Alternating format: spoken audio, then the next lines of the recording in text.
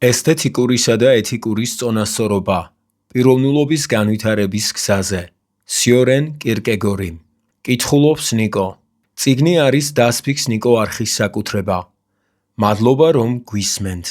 ჩემო მეგობარო, კვლავ გეუბნები იმას, რაც უკვე მრავალგზის მithქვამს. გეუბნები კი არა, მოგიწოდებ. ან ის, რისი გაგებაც გსურს ამ გამოთქმით. ნიშნულობით სავსეა, რთულია. არსებობენ ცხოვრებისეული ვითარებები, რომელთა მიმართ ანის გამოყენება სასაცილო ან თავისებური უგუნურება იქნებოდა. შეხვდებით ადამიანებს, რომელთა სული იმდენად დაუძლურებულია, რომ ვერ გააგებინებთ ამ დილემის აზრს. ამგვარ ადამიანთა პიროვნულობას არ გააჩნია ენერგია. ამიტომ მათ არ ძალუძს პათოსი წარმოთქვან ან.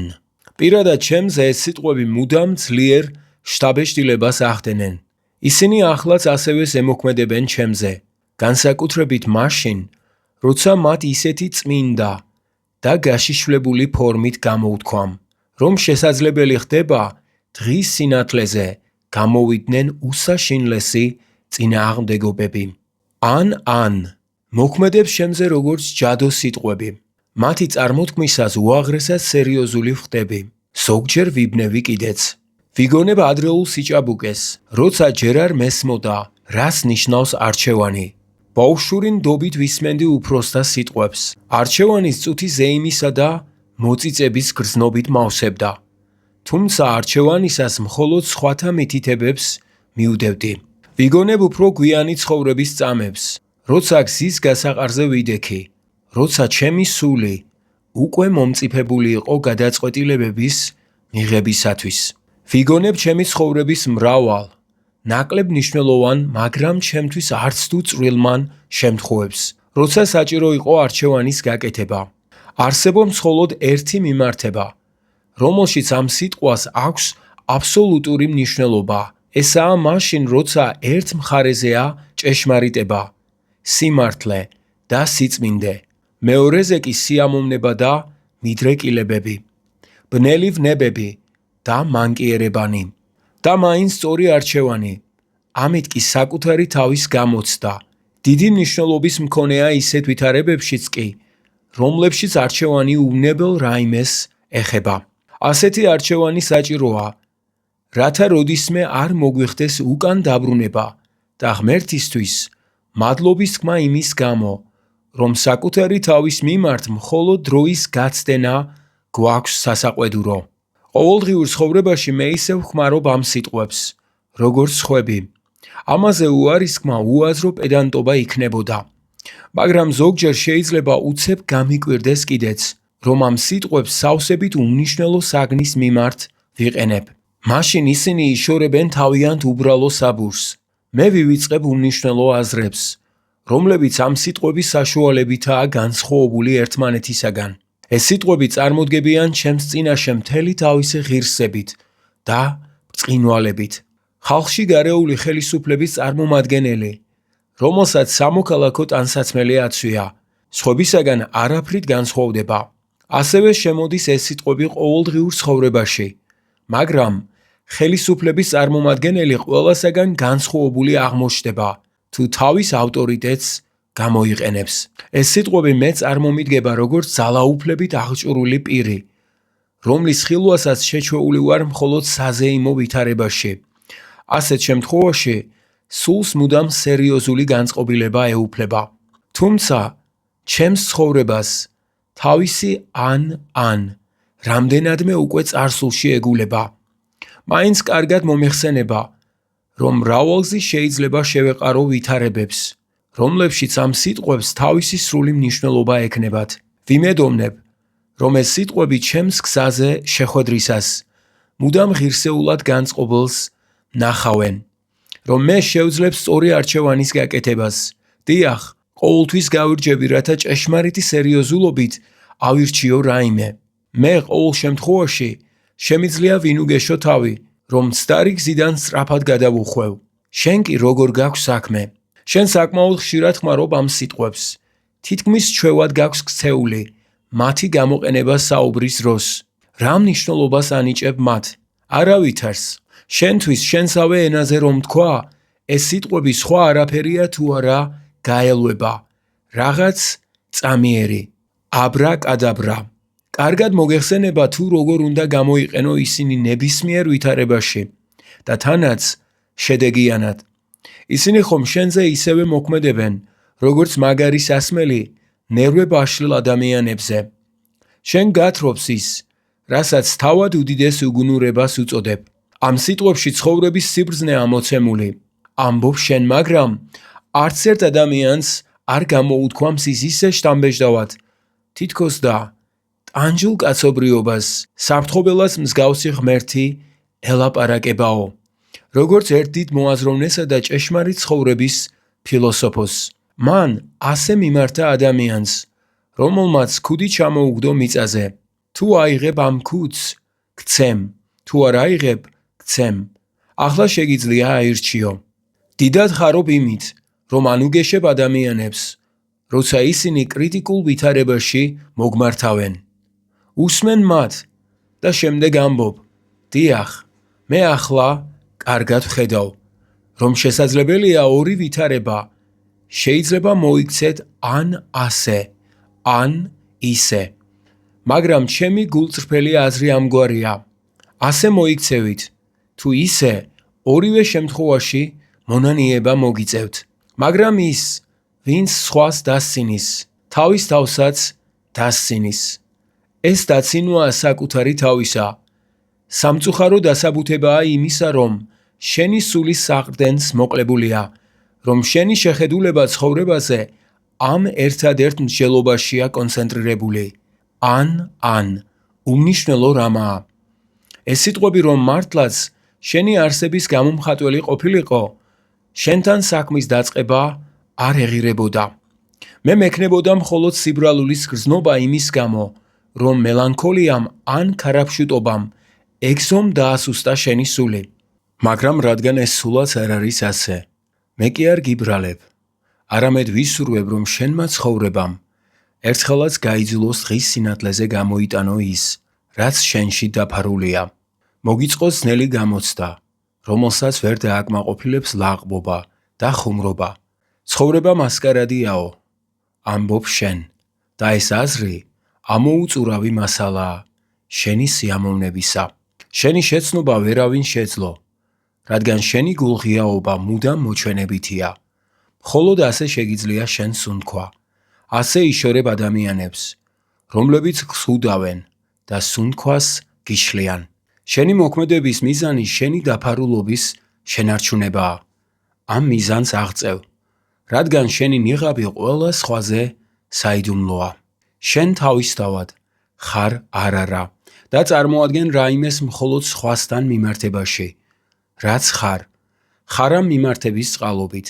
წყემს ქალს ალერსიანად ჩაჰკიდებ ხელს და უმალ ინიღბები მწყემსის სანტიმენტალობით. დიდად პატივსაცემ სულიერ მამას ატყუებ ძმური ამბორით და ასე შემდეგ. შენ თავისთავად ხარ არარა. ხარ საიდუმლოებით მოსილი ვინმე, რომელსაც შუბლზე აწერია ან. იტყვი ხოლმე, ესაა ჩემი დევიზი. ეს სიტყვები კი სულაც არ გამოხატავს ურთიერთ გამომრიცხავ მიმართებებს, როგორც ამას გრამატიკის მკვლევარები ფიქრობენ. არა, ისინი უწყვეტ კავშირში არიან ერთმანეთთან და ამიტომ უნდა დავწეროთ როგორც ერთი სიტყვა. ეს სიტყვები დაკავშირებულნი ერთმანეთთან, გადაიქცევიან შორისდებულად, რომელსაც შევძახებ კაცობრიობას, როგორც ებრაელს მიაძახებენ ხოლმე მეტსახელს. შენი ამგვარი გამოთქმები არ მოქმედებენ ჩემზე და თუ კი ზემოქმედებენ, მხოლოდ იმდენად, რამდენადაც სამართლიან აღშფოთებას იწვევენ ჩემში. მიუხედავად ამისა, სურს შენთვის სასარგებლო პასუხი გაქცე.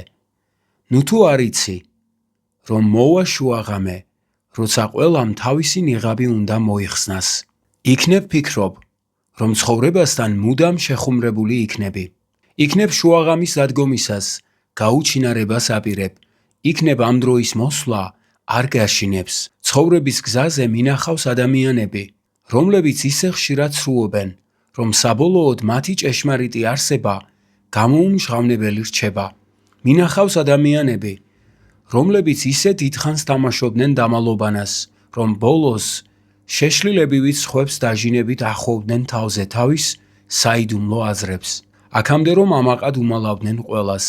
იქნებ შეგიძლია გაიაზრო ყოველივე ამის საშინელი ბოლო. გაიაზრო, რომ შენი არსება უბედურ ეშმაკეულის მსგავსად დაიშალა უამრავ ნაწილად, რომ შენ გადაიქეცი ლეგიონად, რომ დაკარგული გაქვს ადამიანის უწმინდესი რამ, პიროვნულობის შემაკავშირებელი ძალა. ჭეშმარიტად არ უნდა შეეხუმრო იმას, რაც არამარტო სერიოზულია, არამედ საშიშიცაა. ყოველ ადამიანში არის რაღაც, რაც უშლის მას ხელს, სრულყოფილად ცდეს საკუთარ თავს. ზოგჯერ ეს რაღაც შეიძლება ისე გაიზარდოს, ისე გადაეხლართოს ცხოვრებისეულ მიმართებებს, რომ ადამიანს თითქმის აღარ ძალუძს გულღია იყოს, ხოლო ვისაც არ შეუძლია იყოს გულღია, იმას არ შეუძლია უყვარდეს ვინმე. ის კი ვისაც სიყვარული არ შეუძლია, ყველაზე უბედურია. სულ ოხუნჯობ და მიმართავ ხელოვნებას, რომელიც ყველასთვის საიდუმლო ადამიანად გადაგაქცევს. ჩემო ჭაბუკო მეგობარო, აბა ერთი წუთით დაუშვი, რომ არავინ დაინტერესდა შენი გამოცანის ამოხსნით. მაშინ როგორღა უნდა გაიხარო. გონს მოეგე. უპირველეს ყოვლისა შენივე თავისთვის, შენი კეთილდღეობისათვის. შენ ხომ დაწყევლილი კაცის მდგომარეობაში ხარ. შეწყვიტე ეს ველური რბოლა. ამოიკვეთე აბობოქრებული სურვილი განადგურებისა. შენ ხომ გსურს მოსპო ყველაფერი. გსურს შენი გაჩენილი შიმშილი ეჭვისა რაიმეთი დაიკმაყოფილო. ამისთვის ამზადებ შენ თავს. ამძვინვარებ საკუთარ სულს. შენ სიამოვნებით იტყვი, რომ არაფერი ძალგიც და მხოლოდ ერთი რამ მოგანიჭებს სიამოვნებას. შვიდგზის შემოუარო ყოველივე არსებულს, ბუქს ჩაბერო და სამყაროს აღსასრულს დაელოდო. ამით შენი სული შვებას იგრძნობს, სევდაც კი დაისადგურებს მასში. შენში გაისმის ექოს ხმა, ექო ხომ მხოლოდ სიცარიელეში ისმის. მაგრამ ამ გზით მე და შენ შორს ვერ წავალთ. შენთვის მე სუსტი ვარ, რათა გაუძლო ამას. ჩემი აზრით კი მე ძლიერი ვარ, რათა კმაყოფილება ვპოვო იმაში, რაც მუდამ მატყუებს. ამიტომ საქმეს სხვა მხრიდან მივუდგები. წარმოიდგინე ახალგაზრდა, რომლისათვისაც ცხოვრება თანდათან იძენს მნიშვნელობას. ის ჯანმრთელია, წმინდაა, მხიარულია, მაღალი სულით დაჯილდოვებულია, იმედით სავსეა და იმედის მომცემი. მიჭირს ამის თქმა, მაგრამ აბა წარმოიდგინე, რომ ის მოტყუდა, ჩაქთვალა სერიოზულ ადამიანად, რომელსაც შეუძლია ცხოვრების გამოცანების გამოცნობა. წარმოიდგინე, რომ ახალგაზრდისათვის დამახასიათებელი ნდობით ახსავსემ. შენ მოგმართა. რას უპასუხებ? ეტყვი, ან უმნიშვნელო რამეაო. საეჭვოა, იქნებ როგორც ამას აკეთებ ხოლმე, როცა მოგაკითხავენ გულის ნადების გასაზიარებლად. თავს გაყობ ფანჯარაში და გასძახებ, ვისაც ეძებ სახლში არ გახლავსო. ან იქნებ დარიგებისათვის მოსული მოექცევი ისე, როგორც საეკლესიო გადასახადის ამკრებთ ექცევი. ეტყვი, რომ ხარ მდგმური ცხოვრებისა და არა აქაური ბინადარი და ოჯახის თავი. ამასაც ალბათ არ იზამ. ახალგაზრდა სულიერად დაჯილდოებულ ადამიანს შენთვის მაღალი ღირსება აქვს. ამავე დროს შენი შეხვედრა მასთან არ იქნებოდა მთლად ისეთი, როგორიც შენ გსურს. ეს არ იქნებოდა შემთხვევითი, წამიერი შეხვედრა. და ამდენად შენ ირონიას მიზეზი გამოეცლებოდა. და თუმცა ის უმცროსი იქნებოდა, შენ კი უფროსი. მაინც იმ წამს სერიოზულობას მიანიჭებდა სწორედ ის, თავისი კეთილშობილი სიჭაბუკით. შენ კი არ გაახალგაზრდავდებოდი. არ იგრძნობდი, რომ ჭაბუკად ყოფნაში რაღაც სიმშვენიერეა.